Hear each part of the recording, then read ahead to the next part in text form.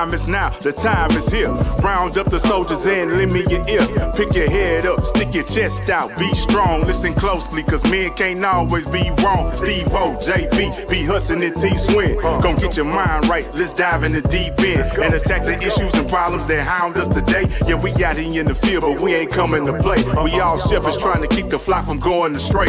If you wanna be the change, then let's be it today. Now there's always obstacles that's gonna get in your way, but it's important how you handle it, maneuver and pray. We keep you up to date with current affairs. We all know that the structure been broken, so let's make the repairs. There's a culture trying to cancel us and give you a spin, but you can come and get the truth from this panel of men. We on 10, going in, let the speech be free. We about to knock down the doors, you can keep the key. God first, then man, so let's execute the plan and deliver the message so the people can understand. Like, the time is now, the time is here. Round up the soldiers and lend me your ear. Pick your head up, stick your chest out, be strong. Listen closely, cause men can't always be wrong. The time is now, the time is here. Round up the soldiers and lend me your ear. Pick your head up, stick your chest out, be strong. Listen closely, cause men can't always be wrong. Men can't always be. Men can't always be. Men can't always be wrong.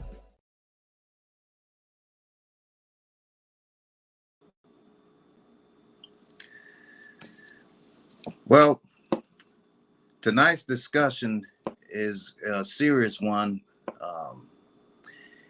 and it's about Tyre Nichols. And I want to introduce myself first to let y'all know who I am.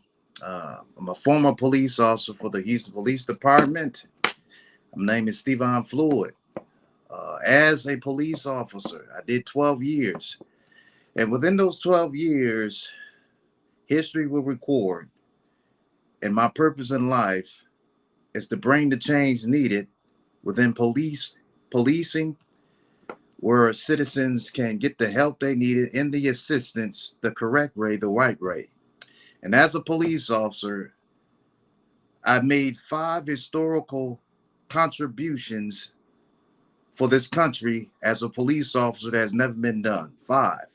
One of the major ones that I would say is that I arrested thousands of major dangerous criminals here across Houston. And out of every one of those dangerous encounters, including with weapons drawn towards me, I never once used my weapon to kill any suspect. Now that, I want y'all to hear and take note of that, because what's going to follow, what y'all going to hear, is a lot through my experience, through God in my life, that has prepared me for this time and season to help and for sure bring a new era to policing. And I'm glad to be here to speak to you all tonight with the rest of the gentlemen on the show.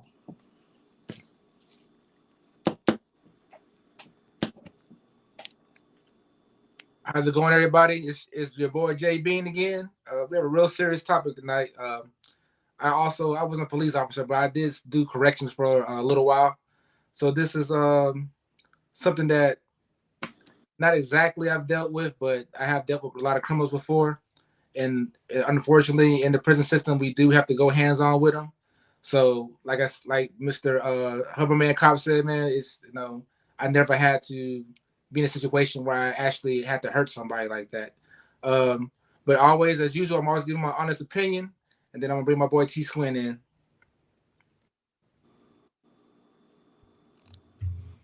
What's up, everybody? It's your guy T Swin. Tonight is a very serious topic. It's been talked about all over the nation.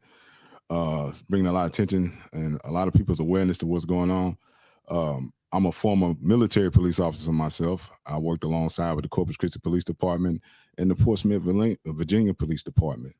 And in my time as an officer, I never let anything escalate to what we saw with Mr. Tyre Nichols. I was always the guy that de-escalated things, kept things calm and smooth, and was easy going and a good communicator with the people. And I'm gonna bring in my boy LDC1. Hey everybody, it's LDC1. Shout out to everybody that's on the podcast today. RIP to Tyre Nichols, his family, and everybody, man. I took this personally. I'm coming from, and I like tonight's show because we're coming from different branches. I come from the security world.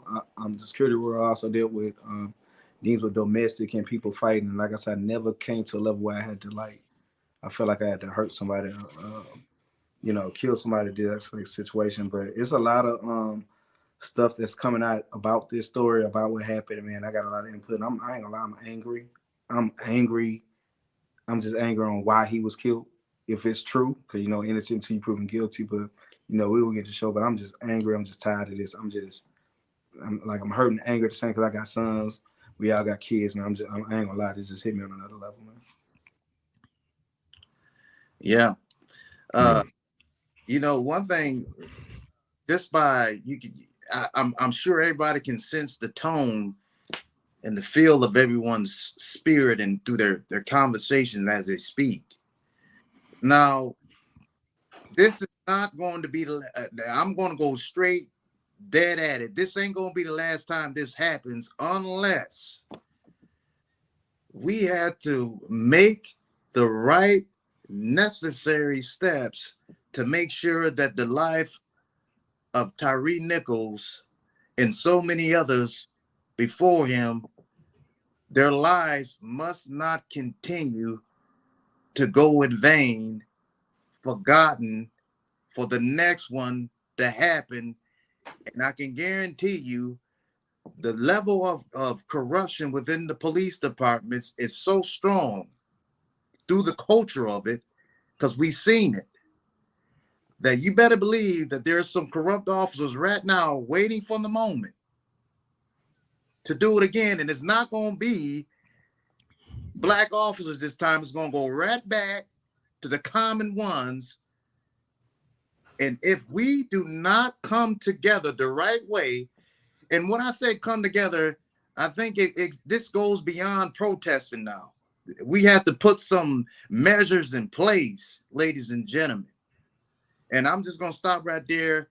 And because I know many of you all have a lot to say, T or anyone wants to come in, but before I even do that, I want to say this also. Yeah. Let me just say this real quick. Tyre Nichols, this traffic stop.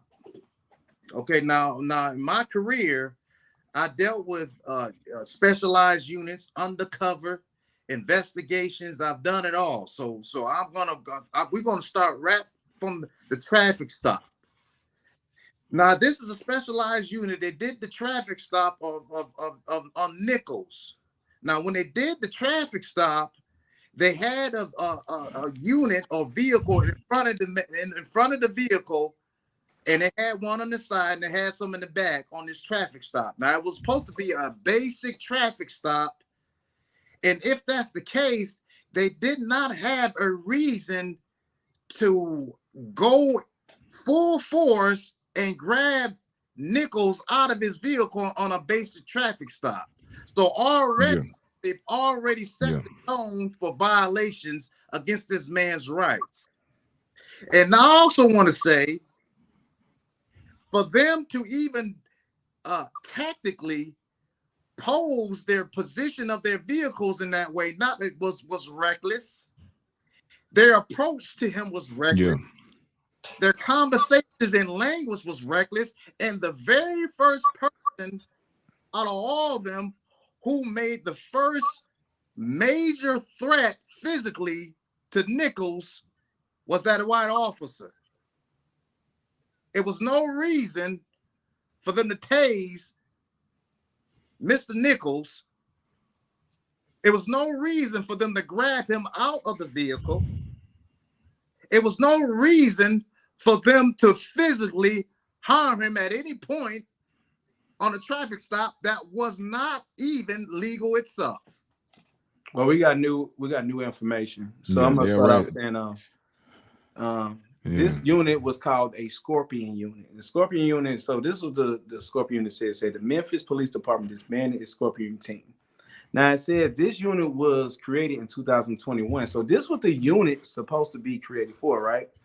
It was supposed to be created to hit hotspot areas where it saw frequent aggravated assaults and high crimes, which we know that didn't have nothing to do with Mr. Nichols, right? Right. My question is, I'm gonna get to Exactly. this. So this, and then it also came out. So this was the narrative change. This is supposed to be over basic narrative story. From what I'm reading, he had both of them, Mr. Nichols and the cop. I gotta get his name. Ex-girlfriend. I sent you the picture. T-Swin Mills. worked at FedEx, and Mills. the ex-girlfriend was dating Mr. Nichols, and of the cop. And basically, this was some jealousy junk. This was a jumping. This was a lynching. Yeah. This was a hunt down. So it's different from what you saying. Like I can understand your everyday police beating or whatever, stuff that happens to, I ain't gonna say just black, but every race, but this was basically a gang. Hey, man, this dude with my girl, we finna go we need to beat him down. Where he at? Oh, he over here. Let's go get him. They had the power, they had the weapon. I guess they thought they was gonna get away. I don't think they thought they was gonna kill him, but flexing their authority. Yeah, they said the cop, they even beat him down, sent pictures to the ex-girlfriend to show him on the ground. Like, yeah, I got your man. Look where he at. So we dealing with something more corrupt. It's something wrong. It's messed up. So you killed this man over because he's with your ex. Your ex. Y'all done with. To be your ex, you got to be done with. You know what I'm saying? Yeah. Multiple news outlets said that Mr. Nichols was in a relationship with this Officer Mills' ex and the mother of his child. Yes. And I'm gonna just say, man, if you got, let's say if somebody's in a relationship and your woman is sleeping with somebody else, you don't take that anger out on that other man. You got to deal with home. You deal with home. That don't mean you dealing with it violently either. So all these officers put their lives on the line and for somebody else in their relationship or ex-relationship. Yeah. So my question to Hope Man Cop, and I need a real answer. Because I think everybody got this question, man. Mm-hmm. Y'all being police officers, bro. Why do y'all show up to scenes? Why y'all step in, bro? Like I done seen a few videos where a few officers step in, but it's very few. It got to be something you not tell, like somebody ain't saying something, but y'all, it got to be an oath or something. Y'all don't step in. Like y'all, and I've seen y'all show up to scenes and y'all see a cop doing wrong, nobody step in. It got to be some inside the systems. They said they had lieutenants, they had sergeants show up to the scene and they left the scene.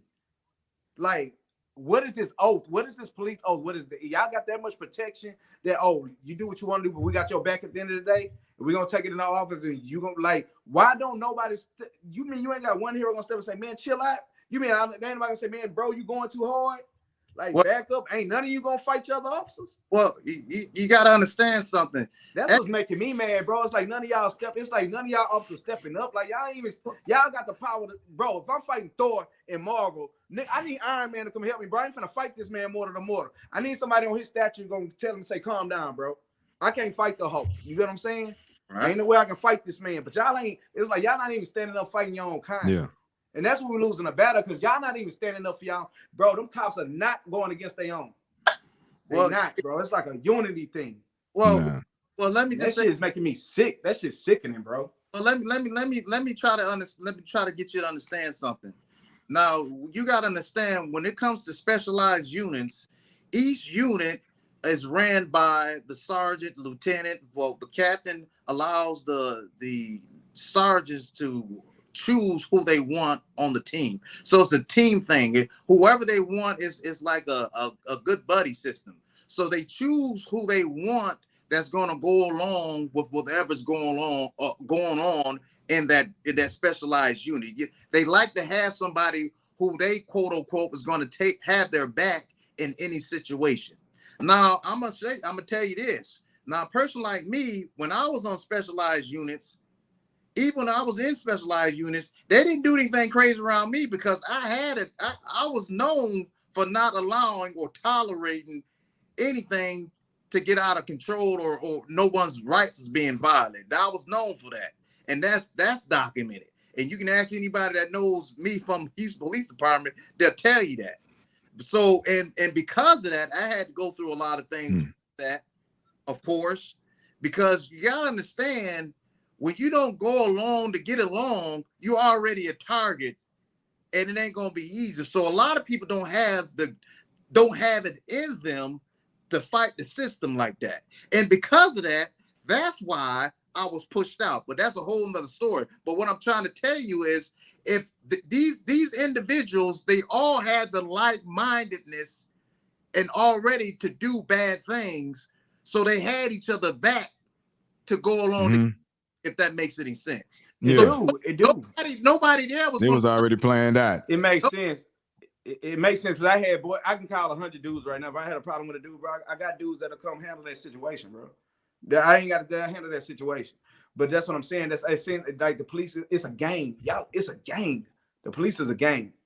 That was some game. Like, why y'all putting your own, you just said you put your own teams together. So it's like you can say a racist can put his own team of racists together in the police station, which you see a lot of time. Yeah, like why is that being allowed? Why y'all still allowing people to put their own teams together? If you got somebody that can put a whole hate team together, why y'all allowing? And y'all, it must not be no psych evaluations. A lot of these dudes that dude beat this dude to stand somebody up, to pick them up off the ground, hit him in his face multiple times, knock him down, pick him up again, hit him in his face again, stomp him in. They was trying to kill this dude. The dude started screaming for his mama, just like George Floyd did, R.I.P. Yeah. When you start screaming for your mama, you seeing death in front of you, bro. When you a grown man and you say, "Mama, your mama nowhere near you," you see death present. That boy was scared for his life. That's terrible, man. 800. That boy had over a chick. I don't get these people keep killing each other over these. It's like you can't move on to nothing. Like you killing each other over coochie. What is it about? Because he with your girl and your ex-girl. And you got real people commit murders over. Man, been so many people killed over exes. It don't even make no sense. People just like, I gotta kill you. Can't be with me, I'm gonna kill you. No, but you gotta understand this also. Now this young brother was a photographer. Go ahead, Hubba man. No, go ahead. Go ahead. Go ahead. Well, what I'm gonna I was saying this young brother was a photographer and the story. Go ahead. He was a photographer. Go ahead. I'm sorry. Yeah, this young man was a photographer. He was on his way back from a photo shoot when he was stopped. And as we know, as the news is coming out, there still hasn't been any footage showing where he committed a crime or he was driving crazy or they had a reason to stop this man. All the footage starts from when they come and they pull him out the car. They come at him at 100. They say 0 to 100. They come at him on 100. Now, I'm pretty sure most of you have already seen the video footage, so we won't show the footage, but we will play the audio. And so I'm going to play that for you guys real quick. You get your ass blown the fuck off. Get the fuck out the car. Get the fuck out the fucking car. Damn, I didn't do anything. Hey, I didn't turn your ass around. All right. On the ground. Hey, you don't do that, okay? Get on the fucking ground. Get on the ground. Okay. Tase your ass. Tase. All right, I'm on the ground. Lay down. That's all. Lay down. Please stay on the ground. I think to tase you. Get on the ground. Lay down. One. Now. Tase. All right. Okay. Turn your bitch ass around. Break your shit. Okay, dude. Damn. Turn the fuck around. Put your fucking hands on your back. Bitch, put your hands behind your back while I break. Okay, stop. I'm gonna knock your ass the fuck out. You guys are really doing a lot right now. Bro, lay down. I'm just trying to go home. Lay down. Man, if you don't lay down. Oh, I am on the ground. Put your hands on your stomach. I got it. Okay. Okay. Get the fuck back. Stop. I'm not doing it.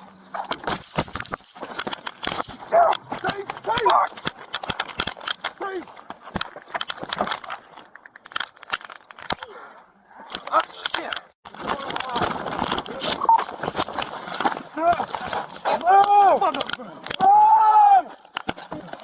Give me your fucking hands.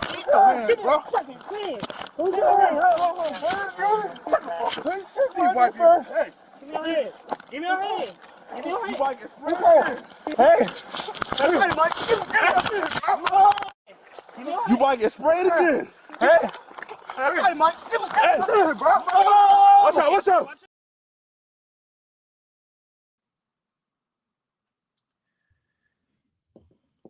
Wow. Yeah, that's kind of that's hard to hear. Yeah. That's hard to hear. I'm telling you, it's like they had so I can't much. play any more of the audio. That's hard to hear just by audio, and that wasn't even a video. But it's just that they had so much anger and hate. Like it's like, man. I don't know if y'all seen the movie Rosewood before. Anybody seen the movie Rosewood with Vin Rames? No. But it was kind of like that type of anger. Yeah. When them people got lied to and they went off on anger and they went off on what they felt because that dude's wife was slept with and they believed what was happening. They just lynched all them people. That's that night, man. That's what happened to him. Like, he was on the ground. The man was on the ground. He said, I'm on the ground. All right. Yeah. He said, he was on the ground. I'm on the ground. He was cooperating. He was the calmest person. He was the calmest person in that situation. And then they're yelling for him to lay down and get down. He's already on the ground. They got the taser on him. They say, man, you want him to take? Then you hear the other officer hollering, tase him. Tase him. Then they pepper sprayed him and tase him at the same time. The man fearing for his life. He asking him, why'd you even stop me? What did I do wrong? You know, they say flight or fright. Yeah. No man, you feel like you being targeted, you may run too. I know I would run in that situation. I would have ran. I have a question. Does anybody know? Did all the officers show up at the same time, or was it? No, it was a hunt down. Like it's kind of like they tracked him down. Like they knew. Okay, the officer got license plates. All they need is your license plate. They can track you down. It's kind of like trying to find a stolen vehicle. So they got like you can tell the way they were chasing him. This was a move. They got him. Like they planned this. Like we finna go get this dude. Like I'm not justifying whatever happened. I'm not justifying, but sometimes, from my experience, the way it happens, sometimes being in the corrections, the way it happens with us, is sometimes you respond. They have the response was on the radio, and something's already going on, and then you show up, but you don't know what's going on. All you know is that they're struggling. You got to put this guy on the ground, So I don't, like I said, more stuff is going to come out, more details are going to come out as it goes, but my thing is this: were all the officers there, or did it start with 3 officers and then the other one started showing up? But I'm gonna tell you this: you talking about? I don't think the officers showing up got nothing to do with the officers showing up. When you hear on the audio, what officer and I got stopped by plenty of officers. I ain't never seen the officers pull me up talking about breaking my bones. I got pulled out of my car. Yeah. So that's what I'm telling you. You got to look at the picture. We don't want to paint the narrative. This man was bro. It's out there. I don't even want to paint a fake picture. I'm this saying, was a hunt down. And this I'm saying. Were all 7 officers there at the same time when they pulled them out the car? No, they say 5 was there from the storage. 5 was there, and then the 2 supervisors. They saying it's 2 supervisors showed up on scene, and that's why they just put the other picture up of the white cop, because everybody was like, why it was a white cop there? Why he's not? So the supervisor showed up, but they walked. They didn't stop it. So that's why now they're the white cop was there. The white cop was there from when they pulled them. The white cop was there from there when they pulled him out and threw him on the ground. Yeah, you know what I'm saying? Because he was the one they was telling, like, man, tase him. He was there. Yeah. And so, beginning. So a lot of people were wondering who he was. The white officers, his name is Preston Hemphill. Yeah, Preston Hemphill. And this is important to know that because the chief, she already indicated that she's not even clear on why the traffic stop was even committed anyway, because there was no clear understanding of a violation traffic law. Reason. Mm-hmm. So that automatically tells you right there that Mr. Hemphill, the police officer, and his aggression and his use of that taser was illegal. And it contributed to him being killed. And without question, he should be immediately arrested and charged as well, along with the other 5 officers. Because knowing from the beginning that traffic stop was illegal. So why was they released on me? I'm asking you because you got to explain. Why was they released to me like on such a low bail with that type of what we seen on visual? Why is it because they cops and they get because I done seen people get higher bills for less, but they all like. The judge is the bail. So right. The judge sets that bill. The judge. We don't have. No one has any authority on decision making of the bail but that judge. Is that right, Joe? Yeah. But I think it's important to know also that you got to think about it. This wasn't their first time doing something like this, so this was a common practice of this unit, and there's no surprise. It's only the fact that that somebody was recording this that happened to show this, because you got to think about it. These officers had cameras on them while they were doing this.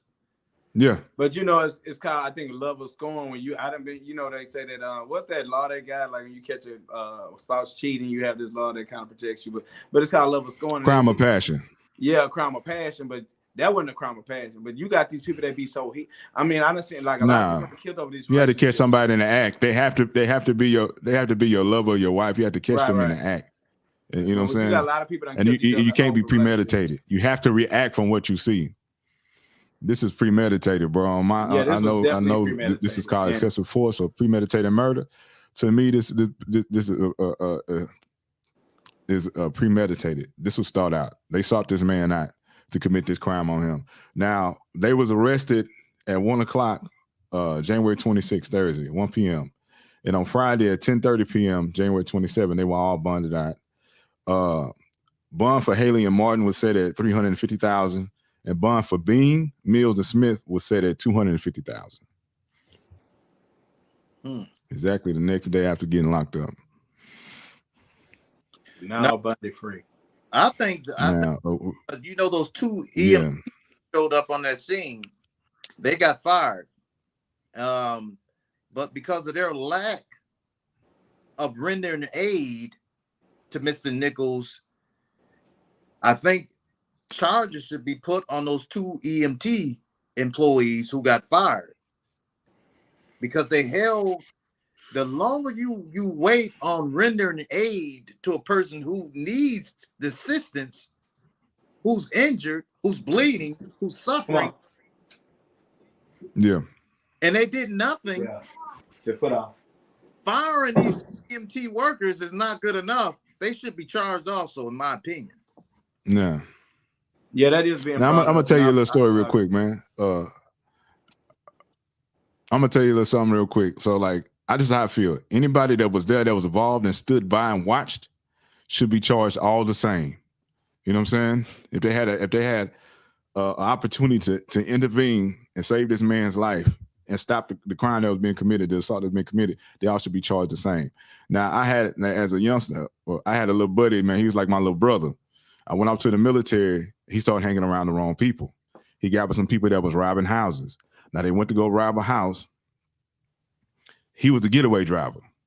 The guys went inside to go rob this house. They wound up shooting the homeowner. He didn't know what was going on because he's sitting in the car. They come out in the car. They take off. They get caught by the cops. They get pulled over. They all get charged with murder. He didn't pull the trigger. He didn't even know it had happened. He was just a getaway driver. But he wound up going to prison for the same charge as the guys that committed the murder. And that's how I feel it be. If it's like that for civilians, it should be like that for police officers. If you stood around and watched it and you was involved in it, you may not have committed the act, but you allowed it to happen. You should go too. They facing 60 years without parole. You should get the same. Yeah, I definitely agree with that. But this was just on the whole. This was just, but man, it's just like I say. What makes people kill? I don't know, man. I can't see myself killing somebody over somebody else, over a woman I'm not with. And I don't know how you just get to that stage where you say forget everything else and just kill like that. And then they have these guys follow. Now another thing too. Yeah. Now another thing too is that they was moving so swiftly with this, and I think it's only because it's black officers. Because so many times we see other police brutality, cases involving white officers or whatever. The investigation go on for years. They get suspended with pay. Oh yeah. Or they get let go and then they get rehired at another police department. They're moving real fast with this, and say like 20 days. Within 20 days from it happening, they was locked up 20 days and being charged. Yep. And I only think that's done because it's blacks. So they can say, hi, there you go. You got black cops killing black people. Right. But if y'all can move that fast in 20 days for these 5 black officers, then you can do that for all these other officers that's caught on camera committing the crime that we all see with our own eyes. Yes, that's how I feel about it. No, that's true, man. They moved real fast. I mean, footage got dropped the next day. The next day, usually waiting for a year for some footage to drop on some of these. And some of these cases, footage still ain't dropped on. So you're correct about that. But it's like, it's an aim to put it in our face because they want us to riot. They want to please people. Do not riot. Do not tear up anything. Don't tear up your city. Protest peacefully, please, because that's what they want. You know, they want us to tear up so the strangers can get in the midst and do the most damage and then blame it on us. So that's not going to solve anything. You know, if anything, like I say, we got to hit them through this course. We got to get more political with it. And it's just sad. I just, like I said, it's no words. Everybody feel the same across next celebrity. Everybody feel the same. This is just a messed up case. So shots by Phil, he makes the statement. He said it's not policing for sure.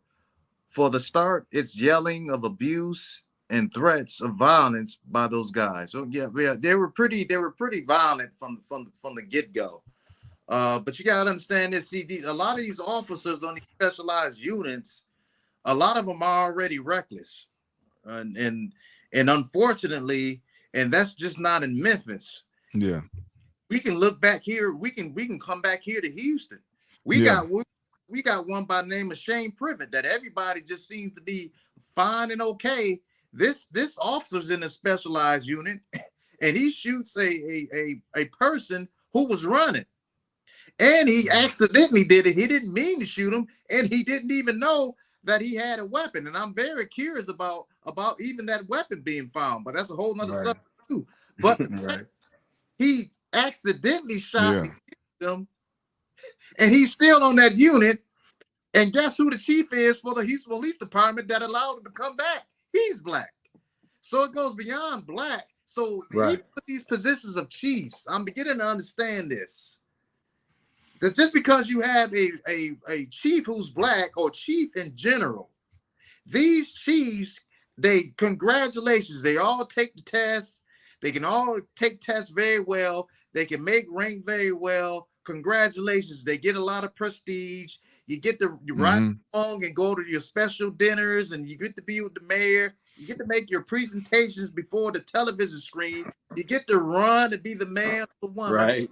Police. But when it comes to taking the test and paperwork, but as opposed to your heart and your desire to serve the people, that's a whole nother different story. And the chief here, Chief Fenner, he's from Houston.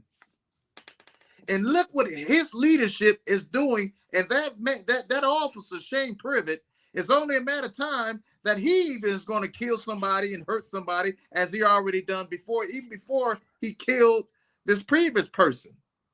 Right. So it goes to show that the culture is so corrupt that even if a police officer, if they choose to try, and it's been proven that they are retaliated against, even as I was, and it's not a pretty thing.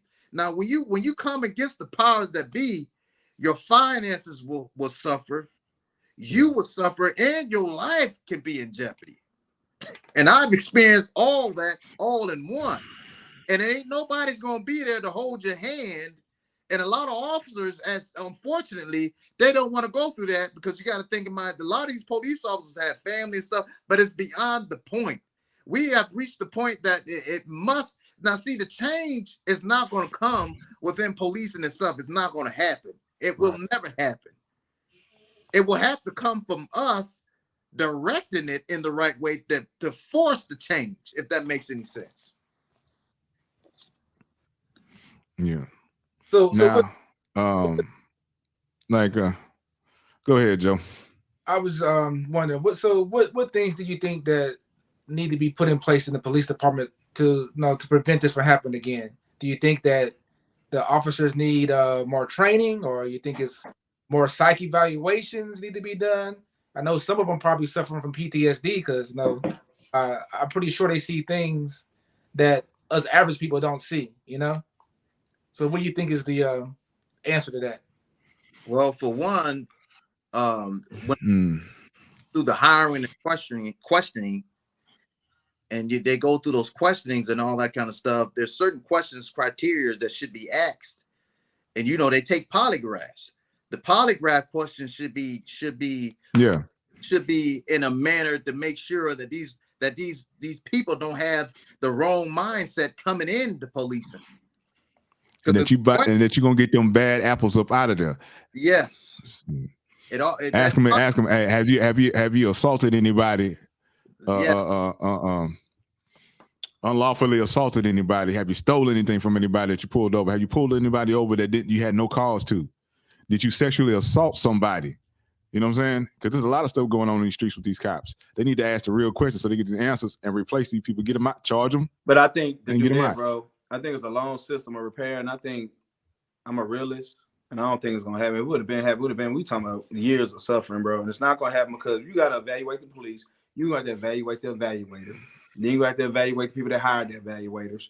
Everybody got to be evaluated because you got people who you had to bring an outside person. You can bring an outside person. They messed up. We living in I'm just saying we live in the age where it just is. I had said it is what. No, I'm talking about outside polygraph. I mean, outside polygraph examiner. Man. No. I mean, people done brought outside people in, and it's still. Now I'm gonna say this too. Now I'm gonna say this. Like some people say, hey, black people need to police themselves. Now this happened with black police officers. Now you got some people. I know this from being in the military, and you and Steve-O, you might vouch for this for being a police officer. There are people that join these forces so they can intentionally hurt people or murder people. I've known people that join the military. They said, I just want to kill somebody. That's the only reason why I'm joining. So you got these people. Then you got people who got picked on and they want to get back at people. Right. And that's why they join the force. Right. You know what I'm saying? They want to pick on some of the people in their own hometowns. You know, we've heard that about people being jealous of people and put them in jail. I worked with a guy. I was in the Navy. He got out the Navy and went to the Army because he said, man, this is born for me. I'm ready to kill somebody. I want to kill somebody. Mm-hmm. You know what I'm saying? Have you experienced that on the police force, Steve-O? Well, I remember I had this one sergeant, and everybody knew this sergeant, well, a few of them, but this one sergeant was for sure. I mean, his whole intentions for making sergeant to be in a position of authority was to abuse his authority. But unfortunately, everybody knows it. A lot of these supervisors and those who make these ranks, they get that power to their heads, and they use and abuse it the wrong way. And please understand this. You know, and within policing, it's not really this as much as people think. Police officers don't really have each other's back like that. I'm gonna be honest with you. It's not like that at all. A lot of them are backstabbers. It's a lot of envy. It's a whole lot of issues that goes on because you got to think about it.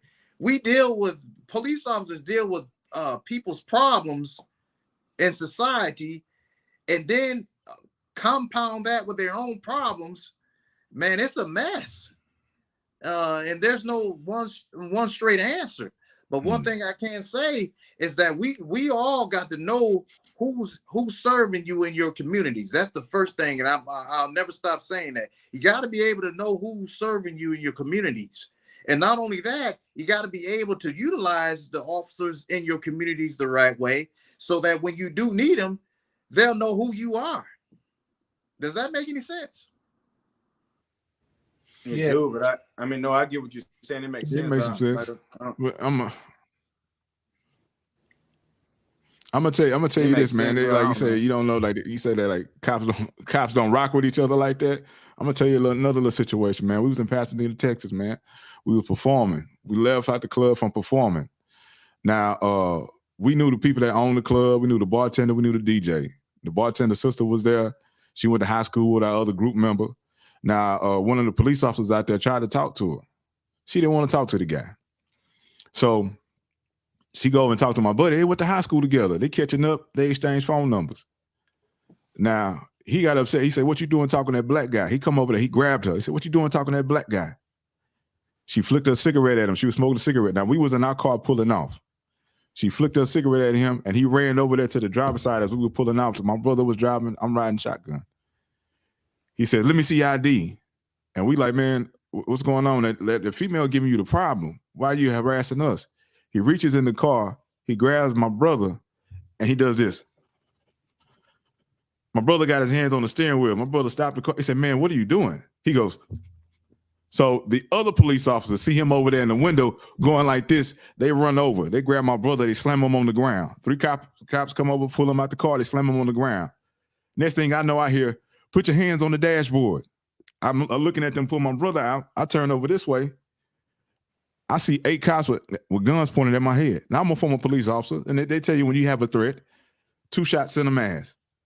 There is no threat. They say, put your hands on the dashboard. I put my hands on the dashboard. They say, put your hands on the dashboard. I say, my hands on the dashboard. Just like they told this man to lay down on the ground. He was already on the ground.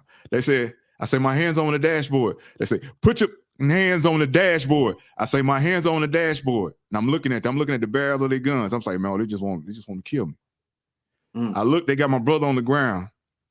The cop looks at me. He says, I'm going to get your brother for assaulting a police officer, and I'm going to make it stick. Now, these other cops heard that. My brother spent 10 months in jail for a crime he didn't even commit. And what was so bad, the prosecutor and them knew that my brother didn't commit a crime. They were like, yeah, we know he didn't touch him, but they were still trying to offer him 3 years in prison. And so the system is dirty. And this was a traffic stop y'all were on? Yes. Wow. Nah, this wasn't no traffic stop, bro. We was leaving a club. We had just finished performing. The cop was upset because the girl he tried to talk to didn't want to talk to him, and she was talking to a black man. Only because they went to high school with each other. They weren't talking to try to date. He got up, he said, what you doing talking to that black guy? And he grabbed her by the arm. She grabbed her arm away from him and flicked her cigarette at him. We was in our car leaving the club. Okay. He ran over to the car and said, let me see IDs. And I say, man, what are you doing asking us for IDs? I said, that female is the one giving you the problem.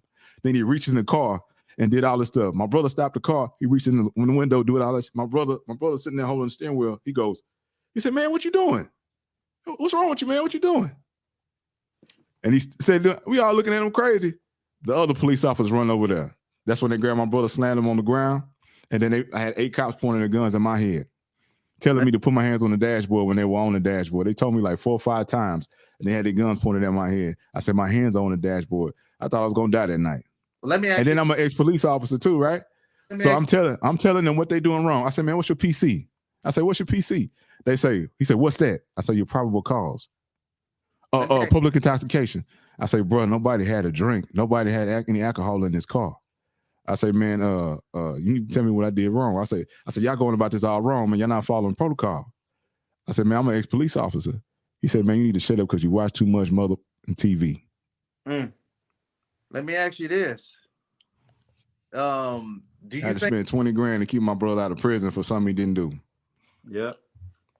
Well, a situation like that is the same thing with Mr. Nichols. You know, if you had somebody do you think if you had access to someone within the police department to call on, or someone that could have... Bro, there's no time. There was no time to call nobody in that instant. There was no time to call nobody. There was no time to call nobody. We seen him have an issue with a female. He ran over and started acting like he was tussling with my brother. There was nobody to call. They already had their guns pointed, grabbed us out the car, slammed him on the ground, slammed me against the car. There was nothing. Then I'm telling them what they doing wrong, because I just not too long ago got out the military. So I'm still fresh in my police knowledge. You know what I'm saying? They telling me to shut up. I watch too much TV. I say, I'm a former police officer. What y'all doing is not right. And so they take us to jail. I spent a night in jail. My brother was on probation at the time. And that's when he had a card in his wallet. And then when that cop saw that card, he said, I'm going to get your brother for assaulting a police officer, and I'm going to make it stick. And that's the scary part, my brother spent 10 months in jail, only for it to be dismissed. I had to spend $20,000 to keep my brother out of jail. They were trying to give him 3 to 5 years in prison for something he didn't do. And they come out and say, well, we know he didn't touch him. We know he didn't do anything, but we're offering 3 to 5. That's crazy. That's crazy. And you don't have time to call. I done got pulled over. Same thing. I had a cop that was mad. I could tell this cop. I had to Spanish cop pull me over. He was having a bad day, bro. And I was on I-10 East, And I was trying to get on the freeway, but when a cop come in, he had his lights, so it looked like he was trying to get to a scene or something. I moved out this way, and he put his lights on. He pulled me over by the den, and I'm coming from a session. I think I knew you on T-Swin. I'm coming from a session. I had all my studio stuff in the car, bro.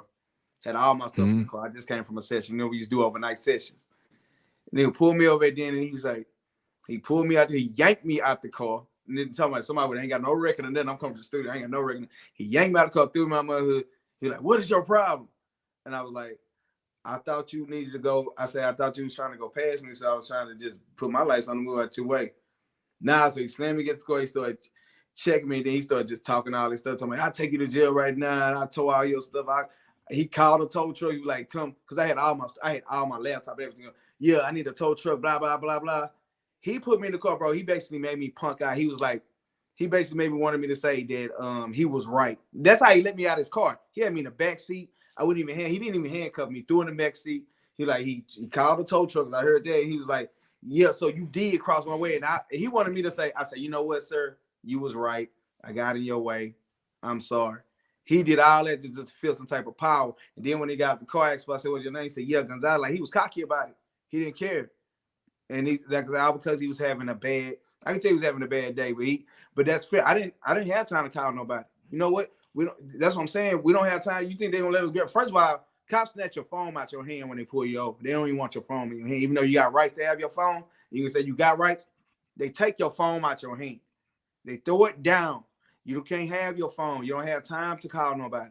When you get pulled over, if you ain't got nobody immediately on that phone on the side, they still make you hang one person you're on the phone with. They gonna do that stuff. So it's like you don't have time to call nobody. That man was calling for his mama. George Floyd was calling for his mama. You won't have time to call for nobody. Cops know when they set you up. They know the city. They know this city like the top of the body. They know we can pull him over in this dead end, or when he cross here, we got him. That's it. I ain't know he could scream to the top of his lungs. That boy was screaming, and now not one pedestrian came out there.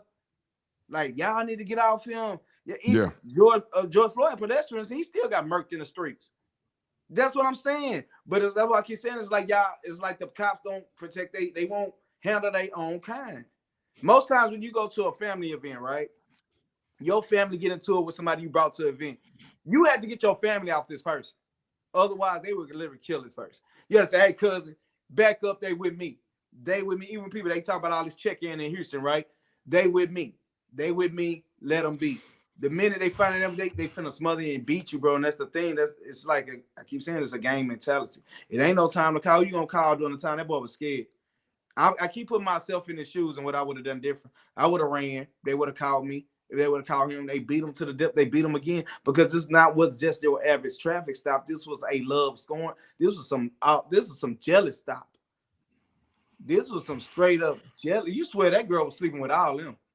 The way they had his back. Like, God, and the girl had to be done with him. Yeah. She was done with him. That's what I'm saying. He didn't go hurt her. He went and hurt the man she was with. Well, the multiple media outlets said that she was the mother of his child. They knew the dude wasn't gangster. They wouldn't ran up on no real gangster, like, because that dude would have probably shot back and fought back. They knew who they was chasing. He knew he was a skateboarder. They said the dude took pictures and skated on his skateboard. They knew he was. Look how the way they was. He wouldn't even fight. Even in a fight like that, somebody gonna be trying to fight back. You get what I'm saying? You got a gangster dude, even though you finna lose, he wasn't even throwing a lick at them cops. He kept saying, "I'm on the ground." Yeah. That's that same scene. I don't know if y'all seen that social video where that dude was in the other officer.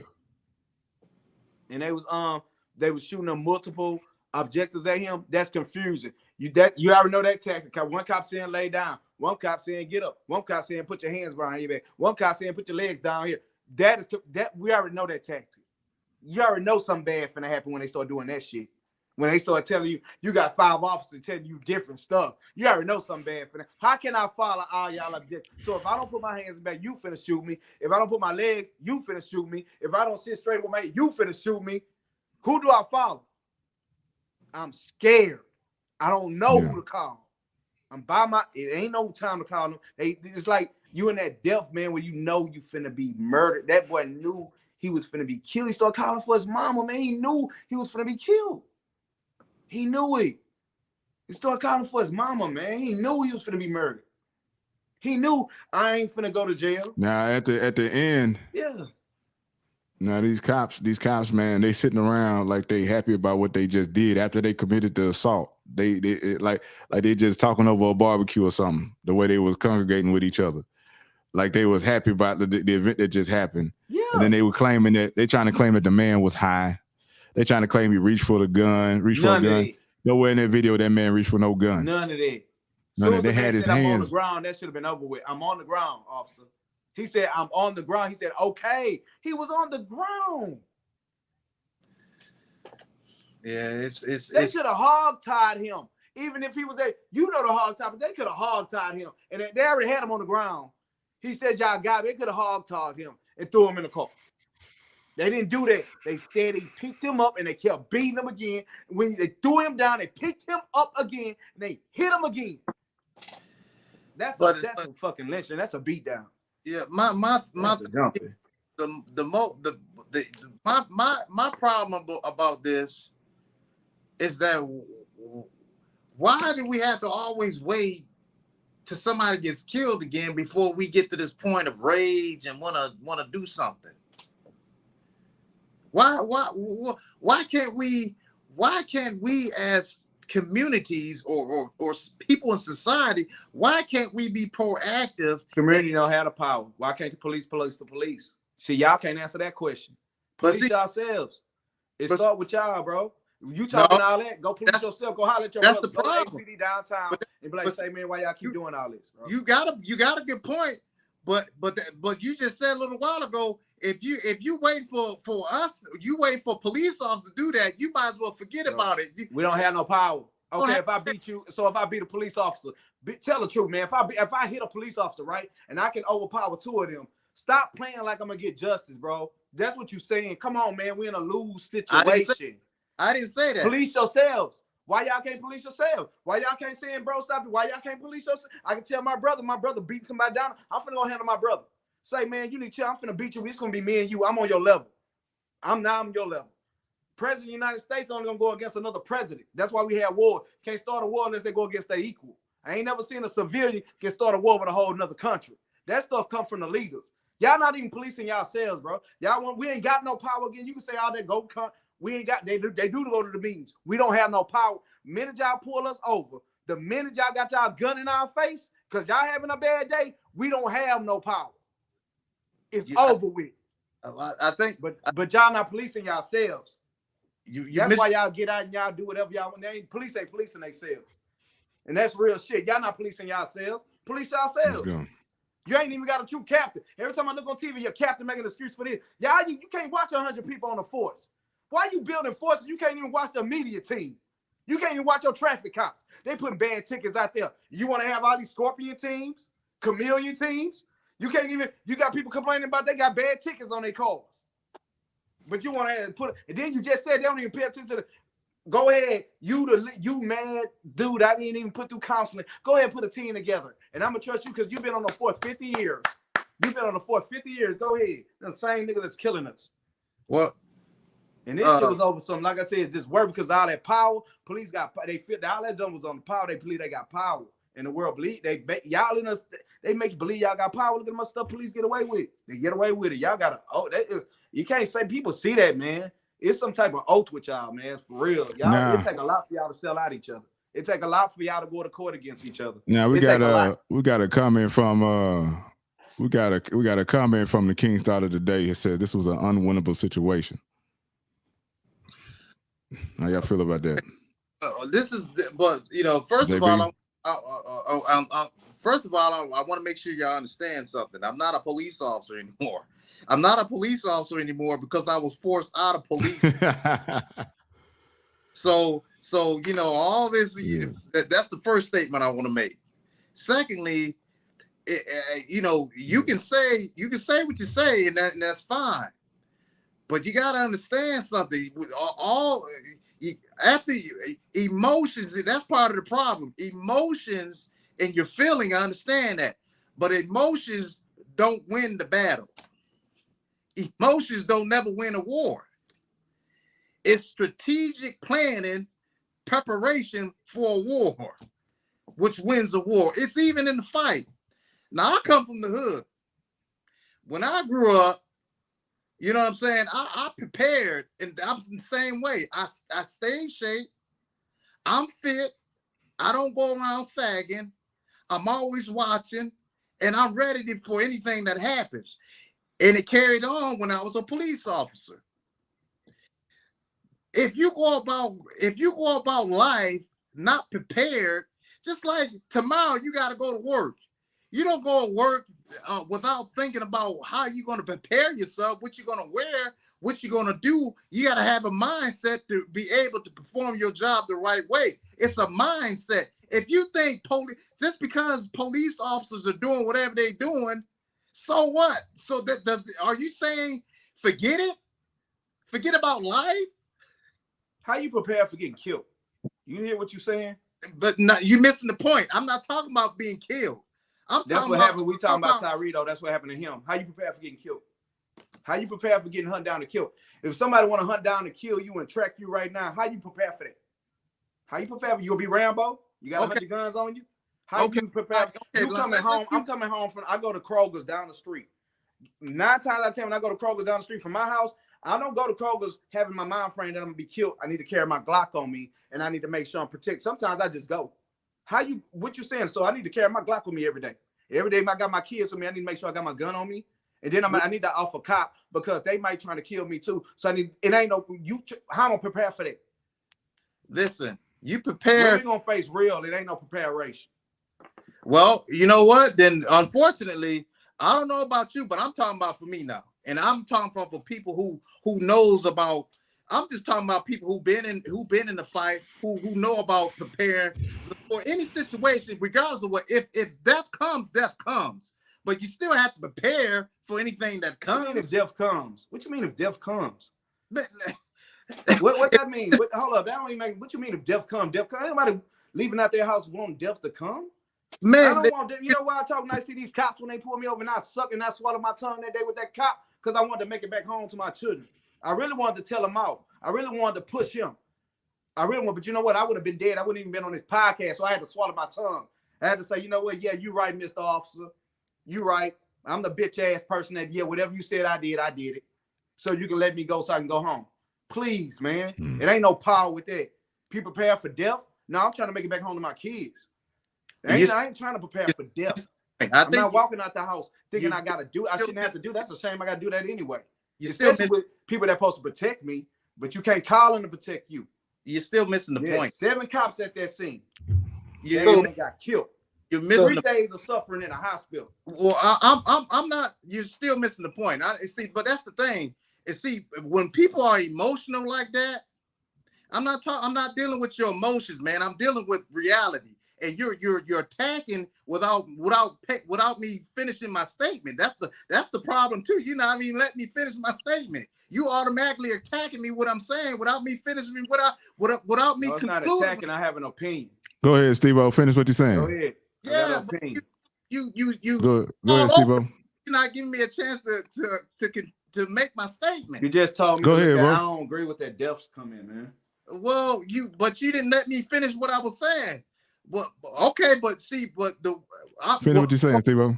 For all other people who's listening, this is one thing you don't do.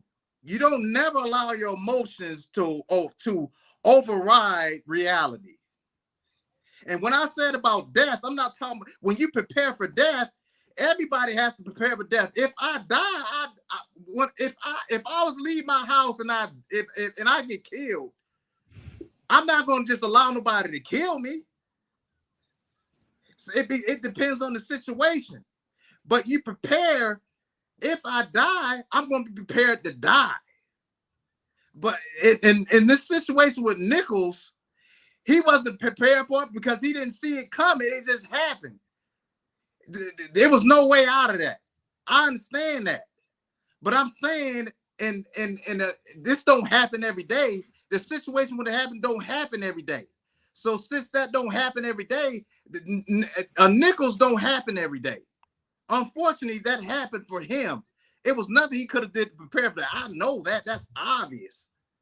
But what could have been done a little bit better in the situation for anybody else if police officers are coming up to you like they did Nichols, unfortunately, Nichols, he was saying, hey, y'all doing too much. They was all over the place. They tell him to do this. They tell him to do it. Hey, he's all over. All he had to do, all Mr. Nichols had to do is just lay flat out on the ground and kept quiet.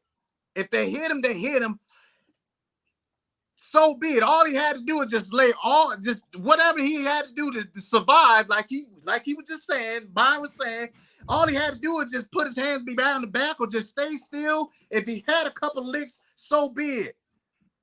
But he didn't do that. He was still moving around. He was still confused. He was saying, hey, y'all doing too much, and they yelling and screaming, they're doing all this, and his emotions was getting involved like him. And like in a situation like Byron, and I'll be honest with you, police officers would have you quick to get you killed or get you put in jail because you're too emotional. I'm dealt with plenty of people. You make yourself an easy target. No, I never got caught quick. I've been living 40-something now, years. bro. Now, when they came at that young man, they didn't come at him like they tell you verbal commands. They was yelling obscenities at this man. They were calling him all kind of names. They call him bitch ass, N-word, everything. And they grabbed that man. They was already twisting his arm as he's getting out the car. Already doing it. And then he said, man, come down. What am I being stopped for? What did I do? I'm getting down. I'm on the ground. He was calm. He wasn't resisting to anything. I didn't say he wasn't. They already was telling him, I'm gonna break your arm. What he did, I hear you, bro. I'm just talking about what happened. I'm just talking about what happened, and they already talking about I'm gonna break your arm. Get out the effing car. They already came at him like F you up first at the front of the stop. They yanked him out. Like I say, I believe it was premeditated. They knew they was looking for this man. They found him, and they had an agenda. I already know all that, but what I'm saying is. All I'm saying is I understand all that. I'm not disputing any of that. All I'm saying is if he first of all, I know he had to run. I probably would have ran too. But the point is, even when they had him down on the ground, he didn't lay flat on the ground. Maybe if he would have laid flat, maybe that would have helped him. He was getting told many directions that we could try. It don't matter. It don't matter about no direction. It don't matter about none of that. They got plenty. It don't matter about that. No, it don't. They got killed. It don't matter nothing. But all he had to do was just lay flat on the ground. He was on the ground. I said flat on the ground. You know, they was beating him. Huh? How you gonna lay on the ground? You saying lay down with somebody? They was beating him. Tell him. Man, they wasn't beating him at first. They was not beating him at first. What are you talking about? Cops got cops back, like I said. Man, they was not. I stand on that. Police got police back, bro. Since you will see how the case come out and you regret it, but police got police back. That's what I see right now. I'm not even. That man got stepped on. First of all, I'm not. You ain't got kids, right? There was my son. I be thinking different. I got a son.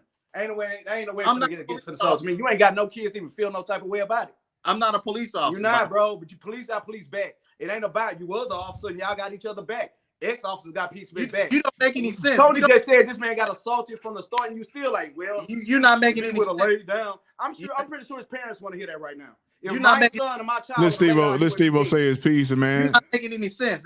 Byron, let Steve-O say his piece. And JB, if you got something, chime in. I'm done with the piece. The piece ain't getting nowhere. Like, man, come on, cops got cops back. That's it. That's my opinion. Okay, so Steve-O, go ahead, Steve-O.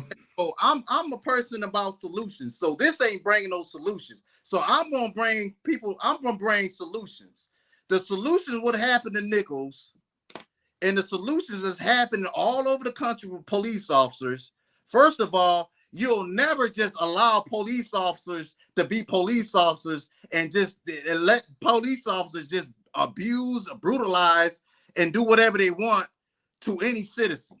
And I'm saying to prevent this from happening again, there's protocols that can be in place from us. You don't wait on the police department to do what they need to do. It's up to you as a citizen to help the police, even if they don't, to do what they need to do. And if you're going to wait for the police department to do what they're going to do, you're probably going to be the next victim. So for those who don't have that mindset of just targeting and blaming the police, and you want solutions, Here's a solution. First of all, forget about what police officers do, because they're going to do what they're going to do. If you haven't, that's obvious because they've been doing it. So what we going to do?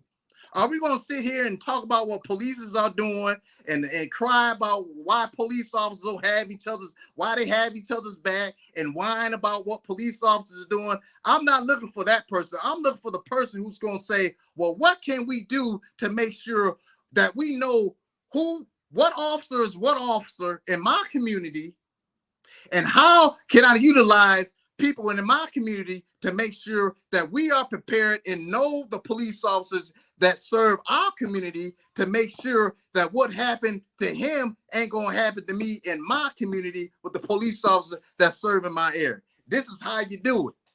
You do it proactively. You don't wait till you get killed or wait till a problem comes to you. You be proactive against it. So how do you be proactive against it? First of all, you have a system in place. A system, what are you talking about system? A system is, okay, know how many people in your community, you got a job, every guy has a life, have children. I don't have no children. But we all should know each other, right? All should have a police officer who is in that division be able to know you in your community, have access with that police officers when you have questions or concerns with that police officer through somebody else, the middleman, in case a problem does happen to you.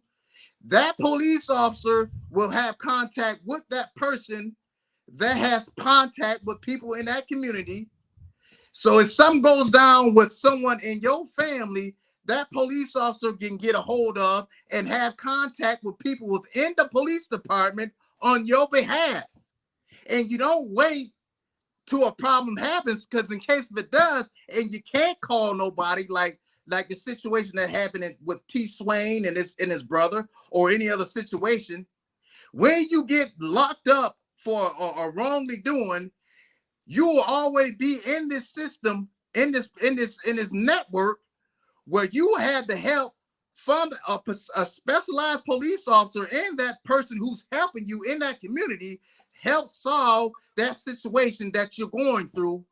And that solution is what I call CPAA, that goes beyond that. With CPAA, they would help you would get the help with legal help in a situation. You would get help if you need help with bonding. You would get help with an investigation and documentation on your behalf in case a problem is being done with a police officer or someone that's a criminal in your community or in society itself. You don't have to take matters in your own hands and be emotional, because if you do, you probably end up dead, or you'll be in long-term prison because you're too emotional and you don't have no plan or strategy. This will end all of that with strategized, proactive work on your behalf. It's like car insurance. If you have car insurance in case you get in a car accident, right? Everybody has car insurance. You hope to God that you never use it, but you have it just in case. So if you're going to live life and expect something bad to happen to you, and you don't have nowhere to turn to, you don't have to worry about that no more, because you have stuff in place now. You have protective measures in place to help you with the police, the right police officers to help you. And that's what CPAA.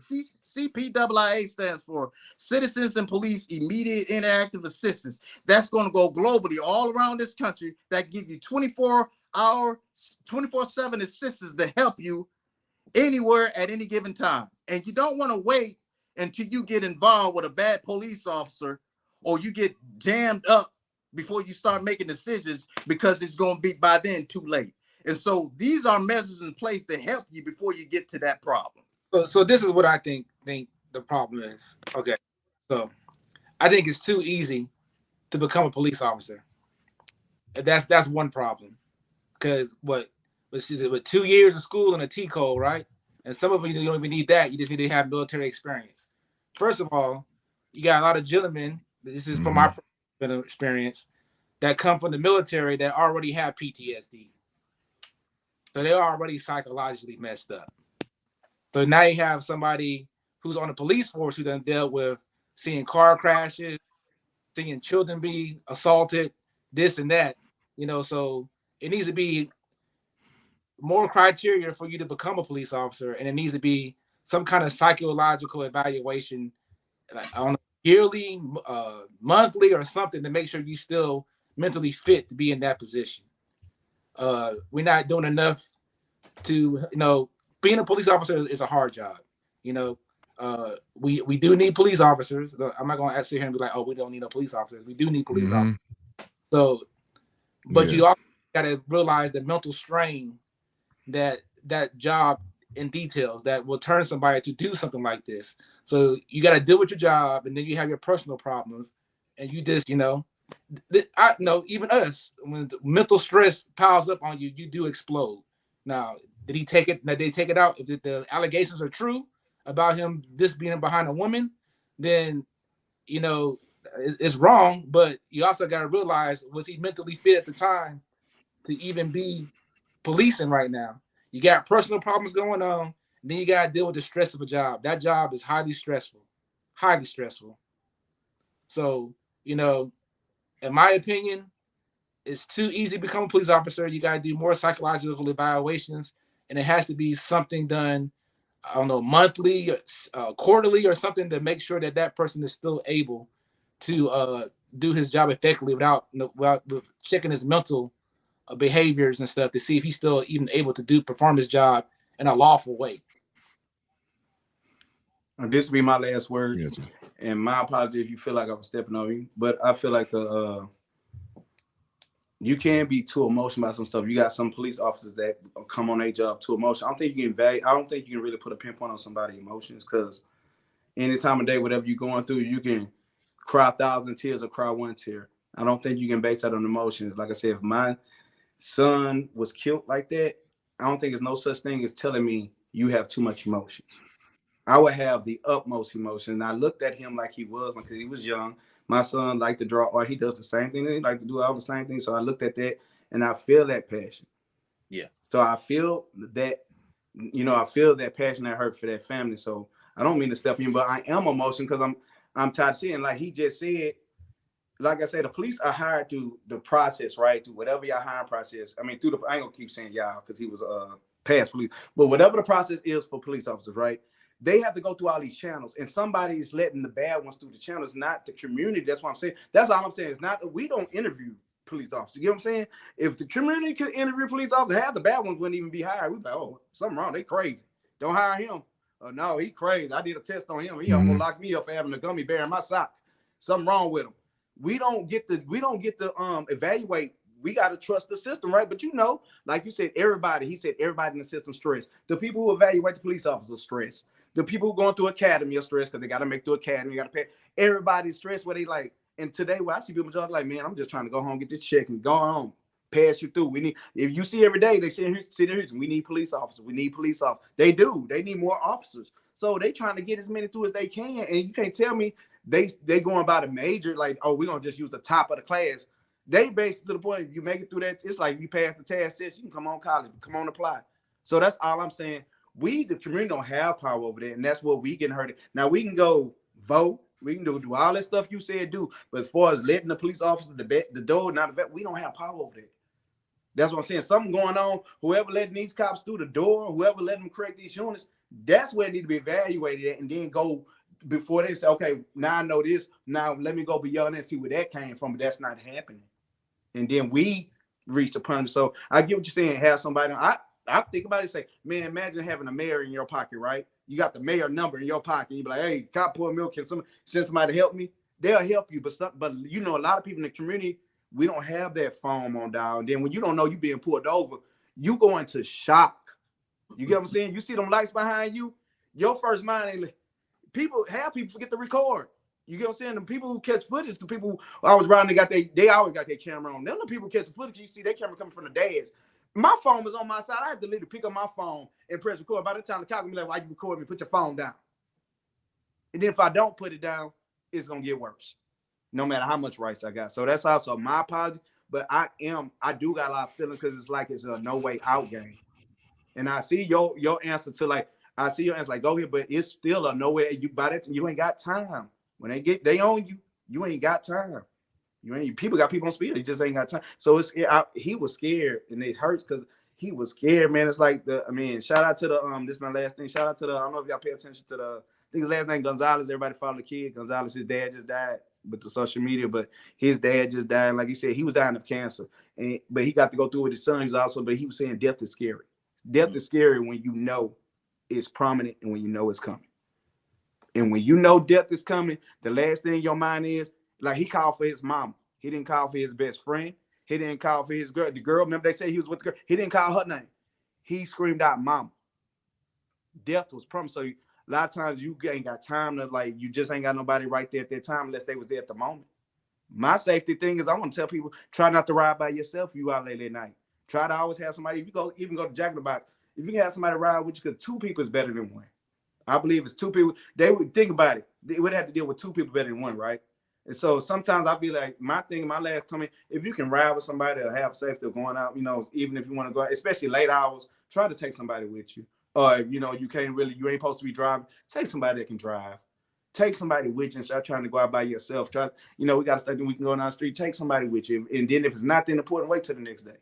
Because, you know what I'm saying? Just wait till the next day, people. It's dangerous out here. The cops scared. People scared. It's dangerous times to be out at night. I don't even try to go out at night no more. So I just want I pray for everybody. Once again, my condolences to his family. My condolences to everybody's involved, to every family that has went through this. And it's like I said, I'm not blaming the police. These was individuals who committed this act. It wasn't the whole police department. It was individuals who committed this act. It's not against the whole police department. But I just something has to be done. I know sometimes people of the same stature can check the people that, like Tom Brady. He's a quarterback, right? I don't think only a quarterback can check him. Like, bro, that's what I'm saying. Joe Montana say, hey, Hardy, I don't care who you is, Brady. I got the same thing. You know what I'm saying? They can talk to each other, but me trying to talk to Tom Brady, he be like, who is you? You ain't threw a football once. You ain't got no. I'm not gonna get no respect. People only respect people on their level, and that's sometimes when you see cops how they are. You here, I'm here. Even traffic cops downtown, they put them little they still got their demeanor, like they put on because they got that power. Man, please, it's just a power thing that comes on with that badge. And some people just, like Tony, he said, when you grow up and you've been bullied and stuff, and once they get that power, they take it to the fullest. So once again, my apologies, brother. It's because I've met people. Yeah, but I'm just scared right now for my people, man. It's getting way crazy out here. Like, now people killing out of so-called love, man. That was beyond police. That's what I'm saying. That was beyond. They ain't even had nothing to do with police. They ain't had nothing to do with police. That was just, he was just jealous, and that's when it get bad. 5 cops off the force who's supposed to protect them. If that's the situation, that's the truth. If that's the situation, that's the truth. Yeah, he took it too far behind a woman. Yeah. Recently, I think it was the rapper Trouble. He was dating a young lady, and her ex-boyfriend had a key to the apartment, snuck in the house, got in an argument with her. Trouble was laying in the bed with her. He killed Trouble. Yeah. Trouble was an innocent man. Yeah. He was just over there. He didn't, excuse the name, but he was a rapper. That was a rapper name. And he didn't know that man had a key to that woman's place. Yeah. You know what I'm saying? They wasn't together, but her ex still had a key. He came in. So there's no way he could have avoided that situation. I mean, in that moment, there was no way. They were sleeping. That man was standing in the room right there over them in the bed. At that moment, he had to wake up and take action. Yeah. You know what I'm saying? Yeah. And this young man right here, to me, it looks premeditated. It looks like they sought this man out. And if you're unexpecting, how can you expect to be prepared? Now we say there's other officers involved in that, but they making sure they showcasing the 5 black officers. Now I'm gonna play a piece of the video, not video but audio from the cop Preston Hemphill for you guys. All right, listen to this audio.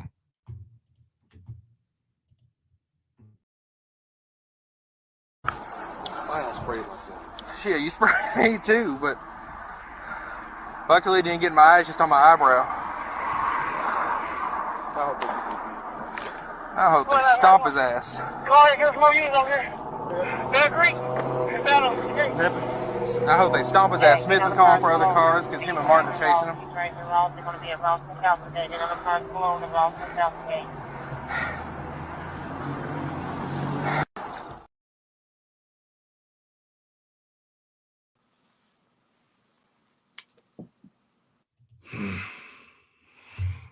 Now y'all heard that audio. That was Officer Preston Hemphill, the one said to be tasing Tyre Nichols in the footage. So he was in the footage tasing this man, as you say. He says he hopes they stump him. He said it more than once. And they're kind of laughing about them getting sprayed with their own pepper spray. Yeah. So, Well, does he deserve the same punishment or same? Yeah. You know, I pray also, you know, life is very precious, and I've seen many people get killed. You know, I've seen people take their own life. I just saw a lot of situations out there as a police officer. And life should not be taken for granted. And as a police officer, it's the duty of a police officer to maintain themselves and uphold themselves to serve the right way all the time. And if you don't have that mindset and you don't come in with that heart and mindset, this is what you get. These kind of police officers. And there are many more of them out there presently, right now, all over the country. There are police officers just like the ones that killed Mr. Nichols presently, right now. And we don't know about them, but they're there. So my thing is, we need to make sure we do know who they are and have systems with CPWIA that God gave me that I know. There is nothing, there's not. Tell me anything out here, anybody right now, tell me who has solutions or whoever has solutions other than police reform. We're not talking about that. We're talking about immediate, guaranteed steps, systems in place that can change things right now. And I guarantee you, if communities had this system in place, CPWIA right now, across this city or across this country, you'll immediately see the change in crime rate. You'll see changes within police departments. It will have to be forced upon them.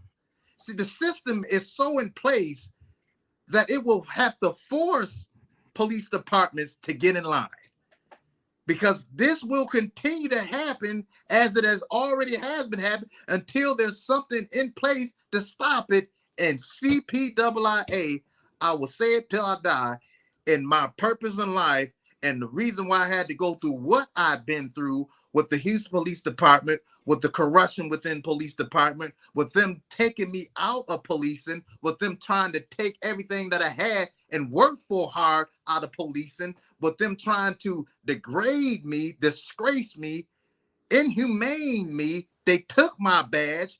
That blood, my blood is on that badge. I worked so hard for the citizens of Southeast Houston and all across this Houston undercover and investigations. Many of y'all don't even know until I'm saying it now. For the Houston Police Department, and it's federally documented, there is not one police officer in the police department, the Houston Police Department, or anywhere in the country since the foundation of policing that has done what I have been able to do for the citizens of Houston. And because of my stance against injustice and corruption, the mayor knows it too. It's not brought to the light yet, but it's going to have to. because what I've done as a police officer is honorable, it's distinguished, and I sacrifice my life, and I'll do it till I die for citizens. And God, I know, I always talk about God because it is God that has kept me, because I could have been killed multiple times in undercover work and as a patrol officer, protecting and serving the citizens of Houston. So I'm not just talking to be talking. I'm talking with solutions that I know God gave me, because he kept me alive through all that mess and all the problems and the struggles I had to go through as a police officer to get to this point. And ladies and gentlemen, we don't have to continue to see what we've been seeing from those officers, because there's many more of them out there.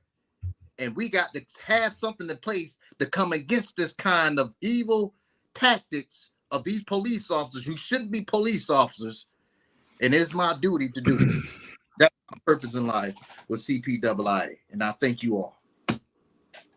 Now I'm gonna say this. Now all 5 of these officers each face 2 counts of official misconduct, 1 count of official oppression, 1 count of second-degree murder, 1 count of aggravated assault, and 2 counts of aggravated kidnapping.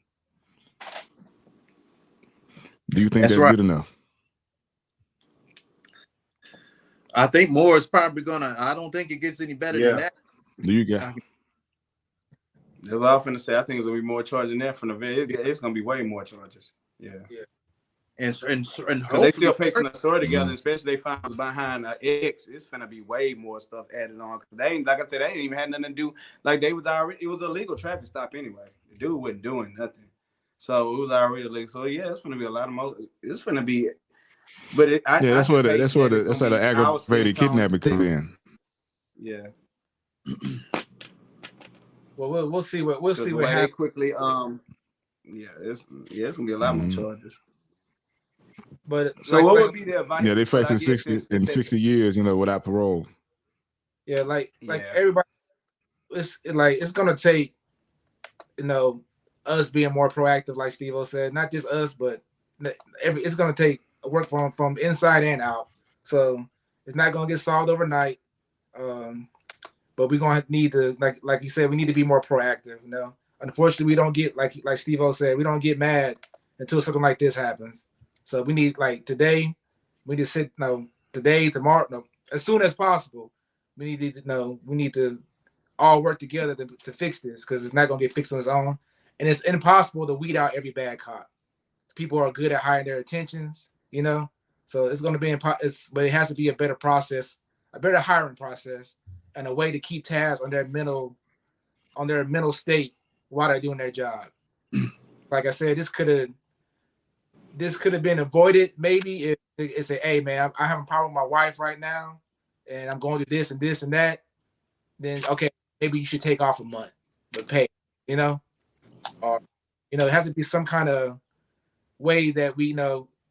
Like I said, that job is I know police officers, besides active police officers, and that is very, very stressful. You got the life and death in your hands in a matter of seconds, something. And with that being said, it's just, that's a very high stressful job, and it's not gonna, it's just, it has to be some kind of way that we can keep tabs on their mental capabilities of doing that job at that time.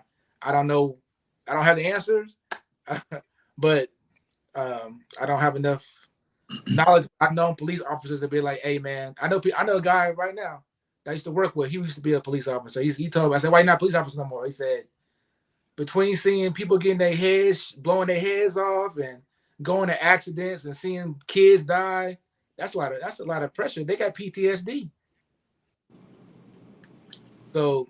Yeah, and I feel you, JB. Like I said, it's a lot of that, but like I said, somebody think about this like a boiling pot of water. You never know when that boiling pot of water is gonna boil over. Like some cops are cool for a couple. I mean, we deal with that in our own lives. Some days I'm cool, and some days somebody say something to me, I blow up. It could be the simplest thing, and the day I blow up. So it's like, I know cops deal with the same thing. But like, my thing is just try to. My thing is I think try not to go out by yourself, and if a cop do pull you over, just ask. I think we need to start. one thing I do practice, I'm gonna talk about me. When I do get pulled over, I always have somebody I call. I promise. Every time I get pulled over, I always got somebody I call. Even if I don't stay on the phone with them, I say, hey, a cop pulling me over. I'm right here at this location. And I let them know, even if, and I hang up, and I don't keep the phone up to threaten the cop, and because, you know, when a cop come up to you, when they want you, you know, they want to see your hands and everything. But I have my phone on my lap, and I will text them and say, hey, I just got pulled over by a cop. I'm at this location, boom, boom, boom. And I have him speaking to the cops until he tell me. He ain't never told me, because I ain't never just, I'm not a handle cop when he pulled me over, you know what I'm saying? So I don't never just address him, but I always let somebody know where I'm at. And first thing a person asks me when they're on the phone and say, well, do you need me to come where you at? No, but this is where I'm at. But if you need, you know what I'm saying? If you can tell if you need to come, most of them will come. But I don't want them to come and then this cop get mad, you know, but it's safer for me. They're not coming to disrupt the situation. Nothing's coming from my protection. Even if they take me to jail, it's for my, they might come. I don't want my car to be towed. They can take my car home. You know what I'm saying? So I'm gonna call somebody if I can. Somebody just try best you can. Like I said, try not to go out alone late. And please, like I think one of the good advice, even if it's not a official cop, let somebody good, you know. So everybody got good people. Let somebody good who know got a name in their life. Let somebody know something. You know, let somebody know something. Even if you text text message ain't nothing, y'all. Text message go to me. You don't know how much text message help people. You ain't even got to call a person. You say, hey, just text them. I'm going to Jack in the Box 10 p.m. Oh, I made it back home. I'm good. They wake up, see that message, they know you good. They wake up, see 10 p.m., don't see the return message, they know something probably happened. You know what I'm saying? So it's just a lot of ways we can protect ourselves, and it's all behind communication. Let's communicate. If the laws pull you over, try your best to abide. I just think it was hard for him because I done seen that situation with thousands when you're getting told too many objectives and you don't know which way to go. Which way to go. And please, everybody, follow the show. Everybody's been supporting the show. We thank you. We thank you. We thank you. Keep following the show. Follow everybody on the show. We did have a lot of good. We didn't even get to the comments in the chat, y'all. We had a lot of people putting a lot of facts in chats. I don't know if you want to get to a few of them, but they had some good. Make facts sure you in like, chat. subscribe, share, and comment. Yeah. Make sure you like, subscribe, share, and comment. We are available on Spotify, Amazon, Audible, iHeartRadio, Stitcher, Pandora, all podcast platforms, man. So you can tune in. If you don't want to watch the video, you can listen to us while you're driving or whatever. Go ahead, JB. We're also on Anchor. Mm-hmm. And also, if you would like to advertise with us, make sure you email us at MCABW Podcast at gmail.com and do some advertising with us. Now, Hubberman, Steve O's, CPIIA.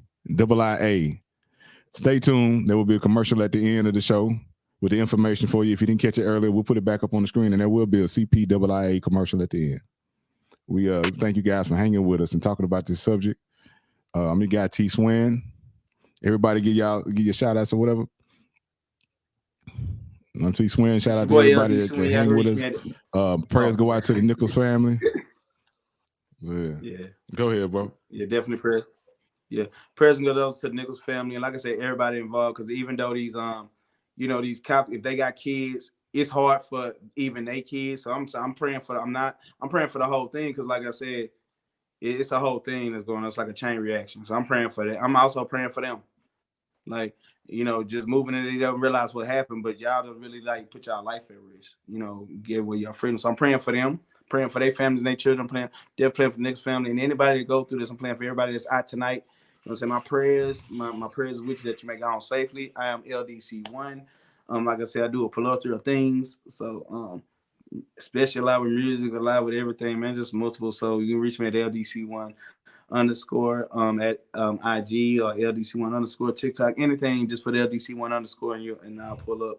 You know what I'm saying? And like I say, I'm showing gratitude and appreciation for everybody that has been watching and been giving us views and been giving us likes, man. We appreciate you all for sticking with us through these hard conversations. We won't get along all the time, but trust me, we understand each other because that's what it's all about. Men cannot always be wrong. You know what I'm saying? So, I got love for my brother up there. Don't think I was hating on him. You know what I'm saying? That's love. We're going to go at it for y'all. You know what I'm saying? Because I know it's a different opinion all over this world.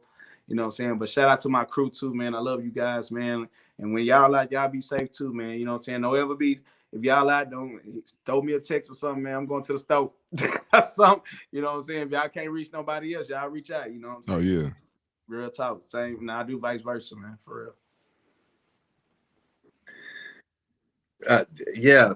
We definitely appreciate everyone. Excuse me, for listening in. And as you see, you know, this is not rehearsed, man. We just speak from the heart, and sometimes we may be going back and forth a little bit, but that's good stuff. We all grown men here, and we all coming together to try to work this thing out and deal with situation that is at hand. So I appreciate everyone and the crew here. And to make sure, if you wanted to follow and know more about me, you'll see me on my social media platforms on Instagram, Twitter, TikTok, Facebook, Hoverman Cop. You can look me up. If you have any questions, you can DM me. You have the numbers at the bottom of the screen. You can text CPIIA. You have any questions, want to know more about CPIIA, how it can impact you, how it can impact your family, it can impact your community, it can impact your school system. So it goes beyond just your community. It reaches the school system. It goes far beyond the issues with policing in your community, everything. So I'm here about solutions and bring the impact that's needed to bring the necessary change so that we as a people can have a better tomorrow. JB. Yeah, I just think we need a better process. I personally think it should be 4 years of college plus the T code and a psych evaluation. I think the process of weeding some of these people out that have some of these issues is not being addressed. It's just too easy to. So I know some police departments, all you need is a T code. You know, you need to make it a little bit harder to be a police officer. That's my personal opinion, because some of these people don't have the ability to make good decisions, because or the intellect to make those decisions. I think it need to be better training. I think that all, like I said, like Japan, for instance, a lot of officers don't even have guns. And on top of that, a lot of officers have to go to school for a way longer time than we are required to go to school in America. And then on top of that, everybody there trains a martial art. I advocate training martial art, because if they would have been a little bit more trained to go hands-on, they would, if it was a different situation, because we don't know this whole situation as of yet. But if it was a different situation, they'd be able to restrain him without having to hit him. You need to give these officers more tools besides their gun, their taser, baton. They need to train weekly. And an ASPA baton. Yeah. They need to train weekly to be able to subdue a person without having to punch or kick. And I think that would be a vital asset, and maybe cut down on some of these deaths.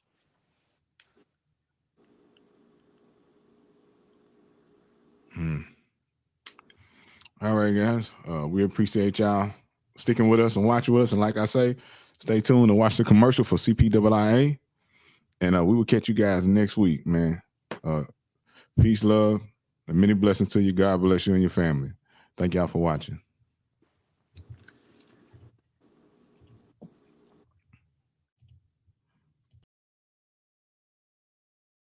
Music, this is way more than music. This is way more than music, this is hope. When life becomes a slippery slope, too hard to cope. And if you listen close, hear the angels in the notes. Sometimes it's just the fix you need because it's dope. It's medicine, it's magic, it's spiritual. Some are just music, and to others it's a miracle. Take you back to grandma's kitchen, main course with all the fixings to another dimension. Fact or fiction, it can mellow out the friction in your daily life. Introduce you to a culture and a way of life. I'm loving this energy you're giving me now. I'll do what it takes to keep you around.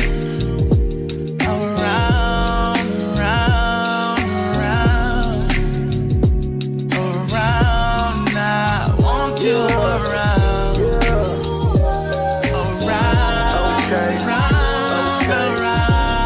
I really like when you're around. Baby. There's a new sheriff coming to a city near you, and I'm well on the mission to bring the new era to policing that will change everything that you know it as it relates to communicating, assisting, helping, delivering the correct and justified acts to remove crimes and to help you as a citizen against every crime that comes against you with the solutions to impact your community, your city, and generations to come with CPIIA, Citizens and Police Immediate Interactive Assistance. I cannot do this on my own. I need your help, and we together can for certainly make the change needed for a better city, a better country, for a better future. Hello, everybody. I am Dr. Tina J. Ramsey, and I want to share with you about CTR Media Network. Have you heard? CTR Media Network is a new standard of podcasting with over 30 plus podcasters. We reach 350 million global listeners worldwide in over 50 plus countries across all major podcasting and social media platforms. We have featured over 1,000 guests. What we specialize in is helping business owners, entrepreneurs, coaches, and fellow podcasters expand their visibility on our platform. We're all about positioning with visibility, connections, and teaching you how to monetize what you do. Let me tell you something. If you're a business owner, we have sponsorships opportunities. We have commercial slots. We also have opportunities for you to be a featured guest on any of our shows. So what are you waiting for? CTR Media Network is who we are, and this is where you need to be. So go to ctrmedianetwork.com and click our store feature so that you can see which opportunity fits your life and your budget so that we can get started working with you today.